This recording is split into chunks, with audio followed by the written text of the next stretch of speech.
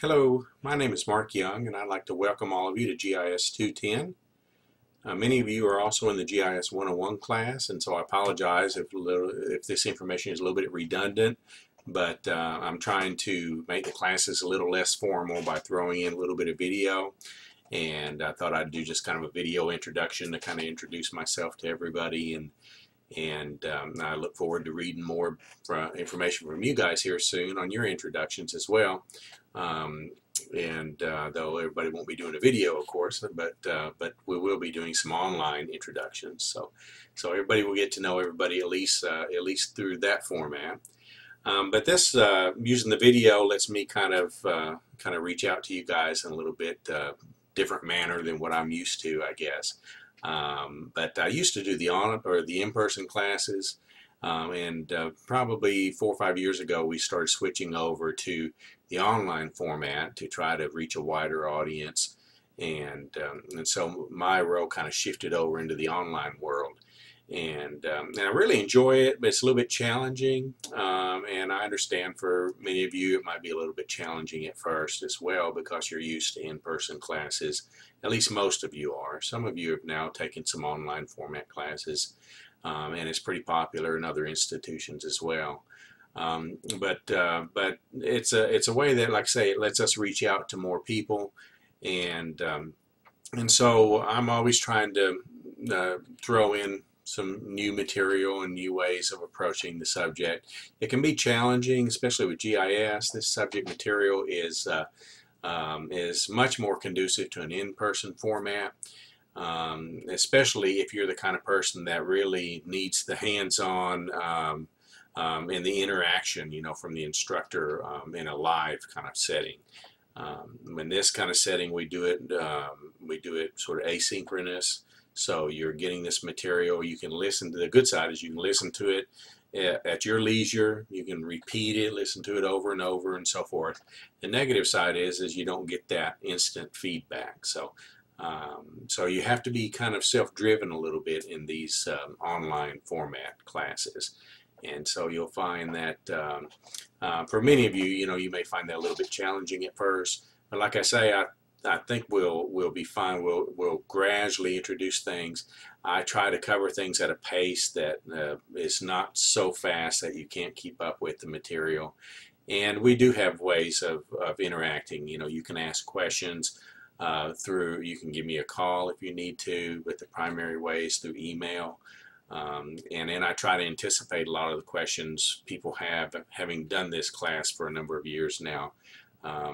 You'll find that I give you a lot of information each week in a summary of activities, I call it, and so I'll give you sort of walk you through a lot of what we cover in the class. And so if you've not done online class before, don't worry, you'll be fine, and you'll get used to this. Those of you that have done the online classes before, hopefully you're already used to a lot of this, and hopefully by doing a few videos like this, it makes it a little less formal, and I'll try not to ramble on too long with these videos. So bear with me. I'm a little bit new at this video kind of format, and so I'll see if we can get through it, and I'll throw some of these in periodically for you. So let me just tell you a little bit about myself, and again, I apologize for if this is repetition for many of you, but there are some of you that might not be in the 101 class. I'll just kind of move through a little bit quickly this time. I've been teaching at Roane State now for about 10 years. Really enjoy the program. Really enjoy working with students. Like I said earlier, I kind of miss the in-person format because I'm also sort of biased that direction. But I enjoy the online challenge as well. And so I've been working through this now for probably 4 or 5 years now. I guess we've been doing the online classes, and let's see what else. I teach several of the different classes. I've got the 101, the 210. I usually do the 110, the 220. On occasion, I'll do the 290. I also do the online GIS class. I can't remember. Maybe that is the 290. But anyway, we've got about 5. I guess I do about 5 of the classes. The other person that you'll run into, if you haven't already met her, is Pat Worth. She's the coordinator of the program at Roane State. for GIS, and she teaches all of the other classes. So it's just she and I at this point that's teaching the classes, and so you'll get to know both of us really well. I think you'll find us both really easy to work with. Pat's great. She'll answer questions for you. If you're having a problem with something that's in my class, I prefer if you try to work with me on it first so that we don't burden Pat with a lot of extra work that's outside of the classes she's teaching. But she's, like I say, really easy to work with, and if you have a question, she'll be more than happy to help you as well. If it's something that is specific to an assignment or something that you're working with me on, you might want to clarify it with me a little bit, and if you need some help, in-person help, I'm sure Pat will be glad to work with you on that as she can. Again, try not to burden her, though, at least in her classes, with a lot of material from my class. You can make appointments with her and she'll work with you, and sometimes we overlap a little bit. In that case, it's just fine, you know. And like I say, she's so easy to work with. She'll help you if you've got her in an in-person class and you're needing some help with something that we're covering. I'm sure she'll be glad to help you. And if she can't work with you at the night class that you might be taking, then she'll make an appointment with you to work with you on that. I'll work with you as well. My only drawback is I can't really be there in person to work with you, so we kind of have to work over the phone or through email and that kind of thing. That works out usually just fine. The biggest issue that we have sometimes where that might not work as good is dealing with software installation and things like that. It's that I can't walk you through the installation very well, so you're kind of on your own a little bit there, but not totally, because again, you can either call Pat if you need some help with installing a program, or if it's the ArcGIS program itself, which you in the 101 class you probably already installed, hopefully, then ESRI can help you sometimes with that, the company that makes the software. So other than the software, it seems to work pretty well. I can usually answer questions through email and get you through something, and if a lot of the class is having a problem with a certain subject material, then we'll cover that through either another video, or I'll cover some kind of or produce some kind of a document or something that helps you get through that, or send you to a site reference or something like that. So so the online course can be a little bit challenging, but I think you'll get used to it pretty quickly, and have hardly ever had any problems with students not being able to get through the material. So I think you'll be fine. What else to say? For me, again, I've been teaching at Roane State now for about 10 years. I work full-time at University of Tennessee, where I'm a research associate and / GIS coordinator. I've been doing that for quite a few years. I've been there for about, I guess, 17 years now, but for the first 17 or 18 years. And for the first 12 of those years, I was working in forestry at the Forestry Research Center with the university. And that's my background. A lot of my background is recreation side of forestry, but which I did for, I guess probably 3 or 4 years. And I did that also while I was going through school. I got my bachelor's and master's degree in forestry with an emphasis in recreation and wilderness management. Like I say, I did that for a while. Worked with the Forest Service for a little while as a research recreation planner. Prior to that, I had worked a summer job at Crater Lake National Park out in Oregon. I worked out in the Gila Wilderness out in New Mexico.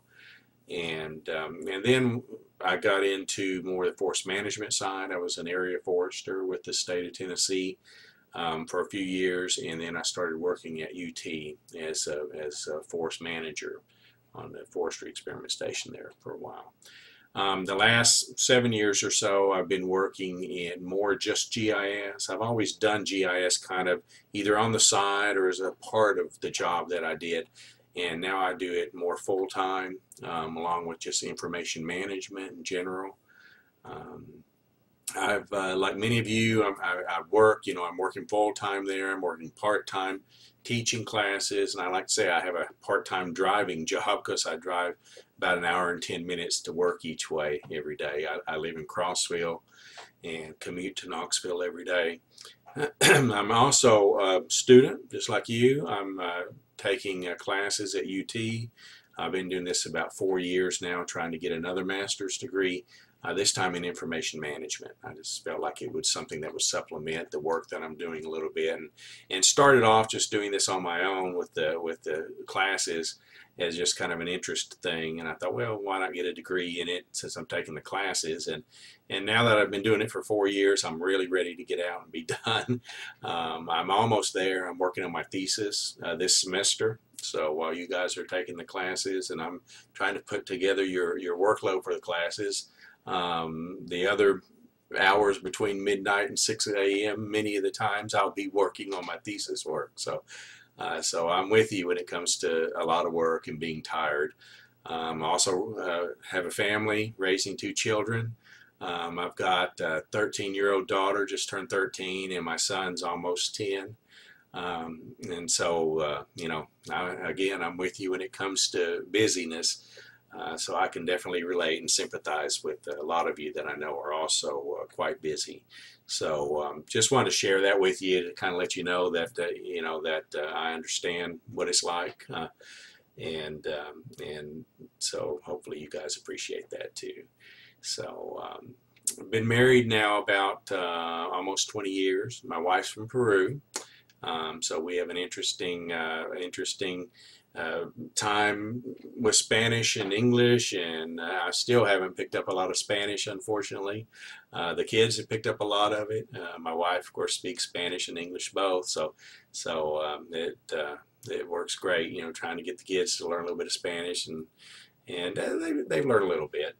But another neat thing is we get to travel to Peru every now and then, so I've got to visit places there that I'd always had heard about and always thought would be neat to see.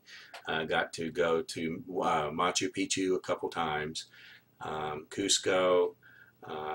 One of the times I was at Machu Picchu, I got to climb the peak that you see in the pictures a lot of times. They call it Huayna Picchu, I think, and that was really neat.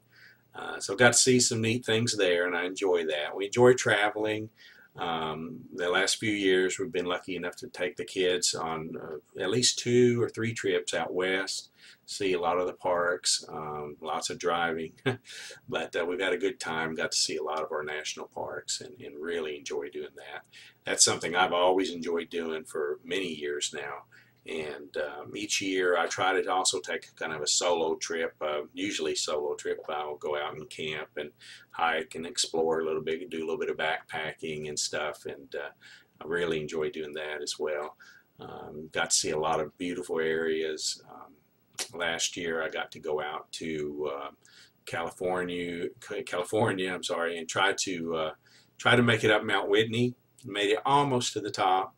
The hardest hike I've ever done in my life. Tried to do it in a day trip, which if you ever do that or have done that, you know, but if you ever plan to do that, don't do the day trip. It was really tough. 22 miles. I left at like, I think, 3 a.m. in the morning and got back about 10:30 at night.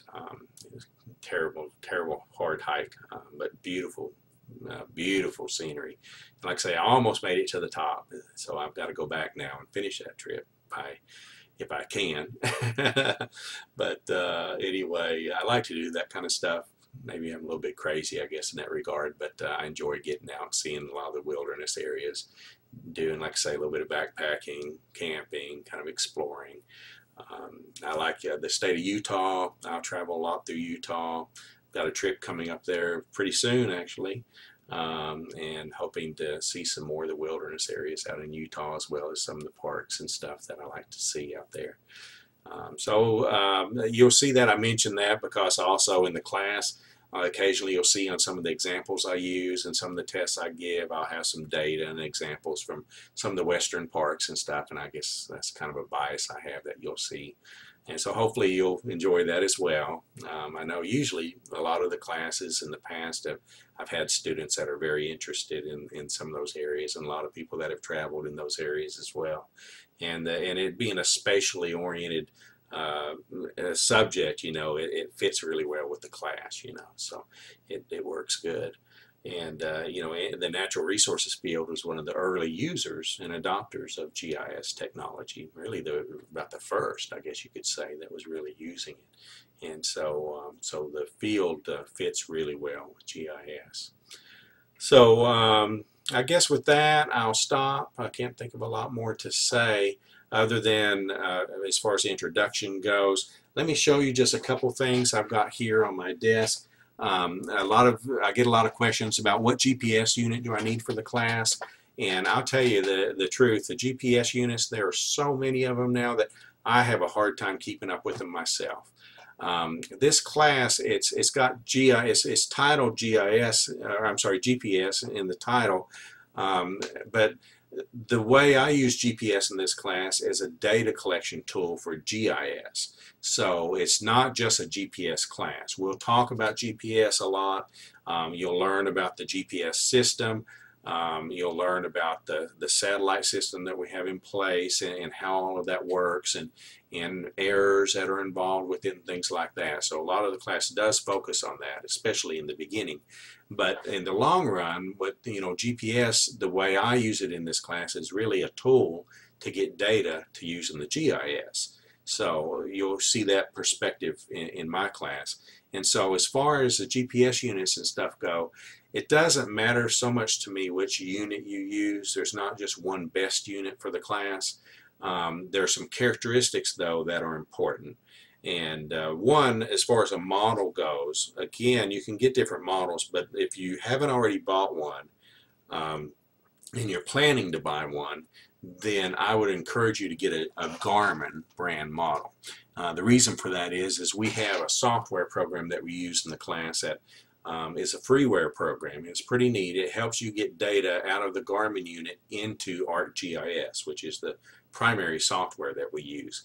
And it's a lot more seamless if you've got a Garmin unit, because this software will recognize most of the Garmin units and let you transfer the data over really easily. And so I highly recommend getting a Garmin if you're going to buy a unit. Now that said, you don't have to purchase a unit unless you don't have to purchase one as long as you can borrow one from the school. Pat Worth, who I mentioned before, is our program coordinator. She's on the Oak Ridge campus, and if you're lucky enough to be accessible to the Oak Ridge campus, then you can go by there and visit with Pat and borrow a unit for the semester from her. Now, she has a number of units that you can check out. And so that is one way to get a unit if you don't want to buy a unit. Now, unfortunately, if you don't live close enough to the Oak Ridge campus, then you are either going to have to probably purchase one or borrow one from a friend or some other means, because you do need a GPS unit, of course, for the class. And so, so if you're in that situation, then you might be more looking to buy one. And I find that students oftentimes want to purchase a unit anyway, because a lot of people just want to have a GPS unit. And they're pretty affordable now. The ones that I would recommend are the ones that are not so expensive, the ones that are mainly focused on collecting data. And again, now we're looking, or I should say that we're looking at handheld units as opposed to what you might have in your car. And now, just so you know, I mean, we're not using the models that you would set on your dashboard in your car. We're using more like I've got one here. This is a Garmin E-Trax, and this is a little bit older model now. They've gotten a newer version now and other series besides E-Trax as well. But this is a handheld unit, and something like this is more typical of what you would want to get if you're going to buy a unit. Now, the other critical thing is that it needs to have some way of getting the data off of here and into the computer. And what you'll need for that in most cases is a data transfer cable. And I don't have the one handy for this one, but on the back of this model there's a little flap that lifts up, and you can plug a USB cord that they have that comes with it into this and plug the USB into your computer. And that lets you transfer data off of this and into the computer. Now, there are some models have gotten really fancy. I think there's some that transfer it through infrared and things like that. Again, it doesn't matter so much to me about which one you get, as long as you're able on your own to get that off and over to your computer, because you're going to be working with these in an online class. So you're going to have to learn some of this and become comfortable with some of this on your own, because I won't be able to be right there to help you. And of course, there's no way I can possibly cover every model that everybody's going to have in the class. So what I'll do is primarily work from this unit as an example to show you how to do things. I haven't in the past been able to make a lot of videos to demonstrate it through a video. It's been mainly like maybe a screencast where I'll throw in some screenshots or send you to a user manual or something like that. So I'm not making any promises, but if I can, I might try a little experiment this year. And I've got a new camcorder I just purchased, and maybe I can use the camcorder to do some transferring or something, of an example of how to do the transfer and things like that. We'll see. But anyway, make sure you get a user manual with yours. A lot of times they don't come with a user manual anymore, but you can download one from the website. And I'll share with you some links that are Garmin related, especially for some PDF documents that I think you'll find really useful and interesting on working with GPS in general, as well as some specific models and stuff. At some point here in the beginning of the class, I'll ask you to send me a note letting me know which model you're going to be using for the class. And to the best I can, at least I'll have a list of what everybody's using, and so if you're having an issue or something, maybe I can help you a little better with it. But like I say, you know, it's hard to cover all the different models, so I'll primarily work with the perspective of the Garmin and possibly the E-Trex as an example. Now that said, doesn't mean you have to go out and buy an E-Trex. You know, if you some of the newer ones that are out there might not be E-Trex, that might have features that you want for your own use, you know, outside of the class. And so keep that in mind. I think the critical thing is that it has some kind of a cable or means of transferring the data to your computer, and preferably if it's a Garmin would be best. I think you'll find it easier to work with because, again, we have that freeware program that we use that lets you get the data into ArcGIS. Now if you really want to use another brand, or if you're, you know, I've even had people use their cell phones before and things, that's fine with me. Just realize that you might be a little more on your own in terms of how to work that unit and how to get the data off of it into your computer.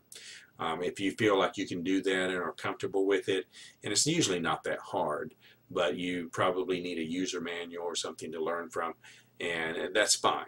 So it's up to you. I'll leave that up to you. Again, I'm not going to require you to buy a certain model because it just depends on what you really want and how long term you're thinking. So, you know, you might have features on another unit that we're not covering in class, but that you might want to use on your unit. So that said, again, the Garmin's work great, and I highly recommend Garmin's, and just because they just seem to work really well, and again work well with the software and stuff.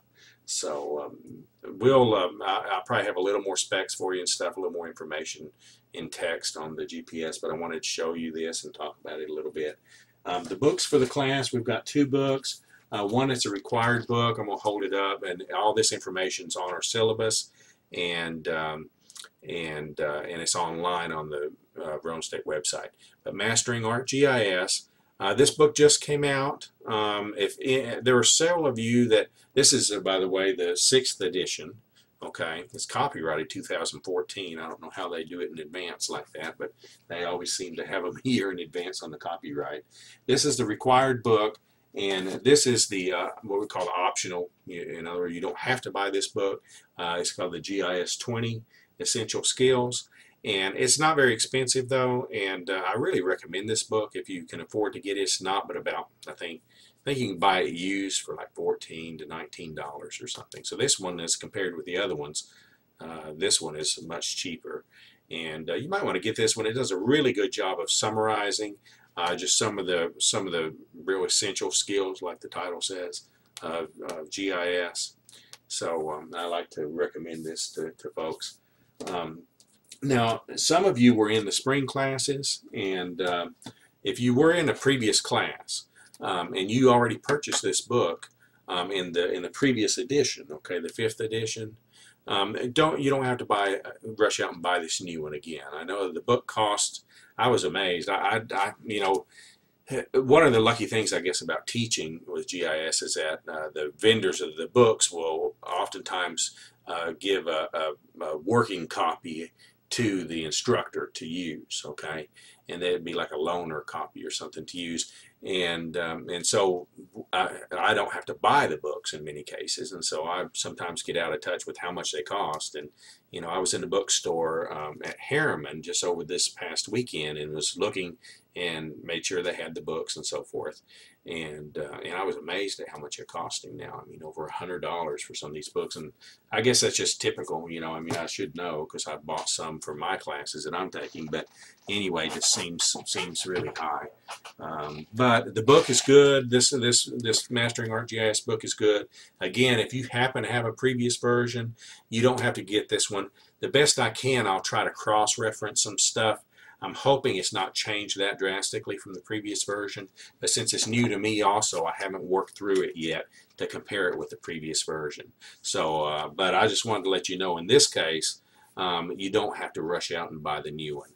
Now, those of you that are in the 101 class, that situation applies. I didn't mention it in the previous video where I did an introduction for that class, but in the 101 class, just to show, because I know many of you are in there, but this is the new book of the Introduction to GIS for the 101 class, and you also don't have to buy this new one if you have the old version. If you have the previous version, then just keep that, because we use this a lot for a reference anyway. Now, if you're in that 101 class, the other book we use in there is the Getting to Know ArcGIS for Desktop. And this is a new version that you are going to need. If you have the previous version of this book, then unfortunately you will need to buy this one because it's got new authors and the material has changed more significantly in this book. So in the 101 class, I'll remind you of that in writing. I think I forgot to put it in the video, but I just wanted to mention that. And I mentioned these books because I've got them listed as optional reference books for our 210 class as well, because I know a lot of people will have these books already, and sometimes I'll get a person in the 210 class that hasn't taken the 101 class or is not taking it concurrently, and I show these books again here so that you'll have an example of some other books you might want to get for references to keep you up to speed on material you might not have covered since you're not taking the 101 for whatever reason. So again, I'll try to cross-reference in the Mastering ArcGIS. I'll try to cross-reference material from the previous version when I give an assignment in there as best I can, and that way keep you from having to rush out and buy another book. Now, if you want to buy the book, that's fine, and if you can afford it and can do that, that would be preferred, of course, because it has changed a little bit, and that is the material we're going to be covering. So. And those books come with data. A lot of these books come with data disks that go with the exercises in the book, so you'll want to install that on your computer. Hopefully you're comfortable installing software on your computer. Prerequisites for this 210 class is the 101 class, either having taken it or in most cases, for most of you, taking it concurrently with the 210 class. Other than that, prerequisites, I guess you could say, is more of just a basic knowledge of working with Windows operating system. Some of the fundamentals like file management, how to copy and paste files, understanding what we mean by compressing files. I have a little separate video that helps with a little bit of that. But just working with Windows a little bit is kind of expected, as well as installing software. Going through that process of installing software. It's funny because the computers nowadays come pre-installed with a lot of software, so it's amazing how often we run into problems just installing our software. The main software that we use will have several utility programs in this class. The primary software, though, is the ArcGIS. And what we're using this year, we've switched to a new version. It's 10.1. You can download this software for free off the internet. If you're in the 101 class, in the back corner of the book, I'm showing this from the ArcGIS for Desktop. In the last page on the lower right-hand corner is a number, and in this book they have a section, I think it's Appendix C, that tells you how to use that. You'll basically go to a website that they have set up, and you can download that software. You'll need to set up an account there, what they call a global account. ESRI has a global account they use so that you can use any of their services with one username and password. So be sure you set yourself up a global account. You'll need that during the class and probably several of the other classes as well, for different things that we'll get into a little bit later. But it's all free to do that, and you'll use that same username and password to do a lot of things on Esri with. And ESRI, if you're new, we call it Esri for short. And so you can download the software from that site. If you've installed it in another class, of course, it's the same software, so you only need to install it once. But do get version 10.1. Now, some of you from last spring that were taking classes are going to be running version 10.0. And I'm sorry, about the upgrade, but, we try to only upgrade in the fall so that at least we run through one season, with it. We only upgrade when they come out with new upgrades, and it just seems like Esri has been coming out with a lot of updates lately. And this 10.1 is it's not that different in how it works and so forth, but to make it work in conjunction with the textbooks, especially this book, then you really need to get that 10.1 version. So if you're running a 10.0 version that you've installed previously, you'll have to uninstall that and then install the 10.1. And the process for doing an install is explained pretty good in the book. For doing the uninstall and then another install is not as explained as well, so hopefully you're comfortable with uninstalling software. If you have any problems with it, which sometimes people do for different reasons, sometimes it's your computer's problem with your computer that's causing it. Sometimes we mess up, all of us make mistakes, and then sometimes there's just a glitch that's not real easy to explain, and all of those things tend to happen at one time or another. If you have a problem that you just can't deal with it, be sure to let me know through email so I'm aware of it. I might not be able to help you resolve it, but I'll do my best. And if you're close enough to the Oak Ridge campus that you can get there in person, then Pat Worth is a great contact to help you with some of those problems. And I've talked with her about it, and she has volunteered to help you with some of those problems if you need her. So try to contact her by email to maybe set up an appointment with her if you're having problems, and she'll work with you. Also, I should mention ESRI, you can try to call them, and sometimes they'll be able to help you as well. Sometimes they won't, just depends on the problem you're having, but definitely try them as well, especially if you don't have access to the Oak Ridge campus.